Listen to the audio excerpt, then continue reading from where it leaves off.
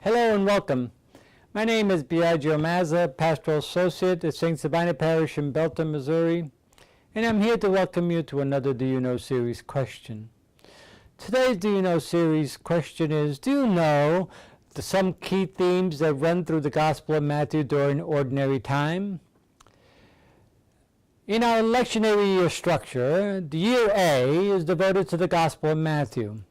And in ordinary time in winter, this is the time between the end of the Christmas season and the beginning of Lent.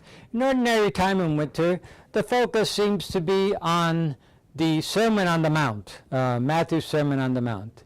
But in order to understand what that sermon is all about, it's important to go back to the audience and the intended purposes of Matthew's Gospel. Matthew is writing for a Jewish audience whose intention with one another over the issue of whether Jesus is the long-awaited, the long-promised Messiah or not. Some Jews accepted him as the Messiah, other Jews did not. And as a result, tension arose within the community as to the identity of Jesus and what he was about. Matthew writes his gospel primarily to emphasize the fact that Jesus is the long-awaited Messiah. He is the one who has come to teach us the very intention that God gave to the Jews in the law and the Torah and so on, the very intention of what God wanted for us through the law and through the prophets. And so Matthew pictures Jesus as the teacher par excellence. As a matter of fact, throughout the entire gospel, Jesus has 5 major discourses in Matthew's gospel. These are chapters 5 through 7, chapters 10, chapter 13, chapter 18, and then chapter 23 to 25, in which all those discourses are essentially a curriculum that Matthew develops for what it means to be a disciple. He has Jesus articulate the demands of discipleship to all of those who are willing to hear. And so one of the key ways in which he starts off that curriculum is through the Sermon on the Mount. Sermon on the Mount is located in chapters 5 through 7 of Matthew's Gospel. And that sermon begins with the Beatitudes.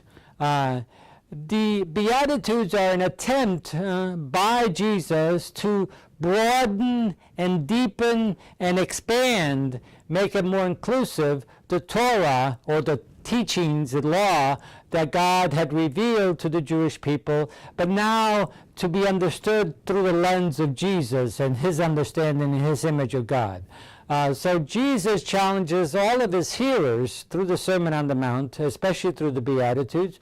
He challenges his hearers and his disciples to take on God's values as opposed to the human values that we typically work out of.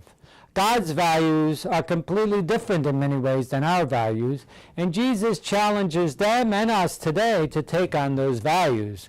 We are called to be merciful. We are called to be peacemakers. We are called to be meek and humble in relationship to one another. We are called to endure suffering for the sake of justice.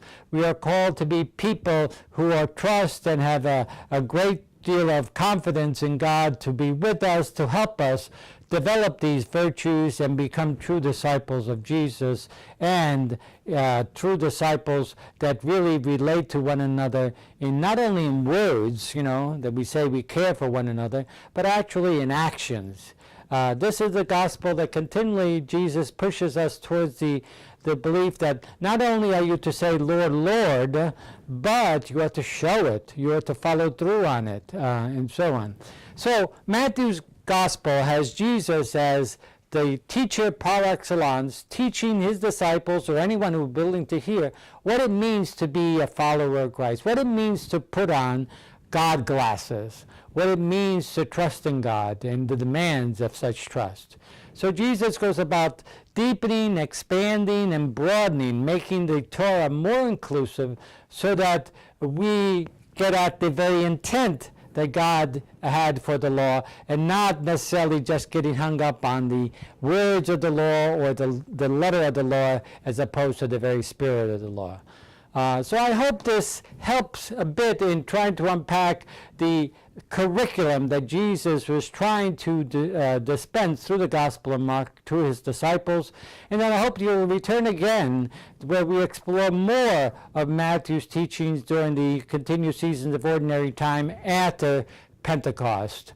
So thank you very much for paying attention to this particular Do You Know, and I hope you will return again for more. Thank you.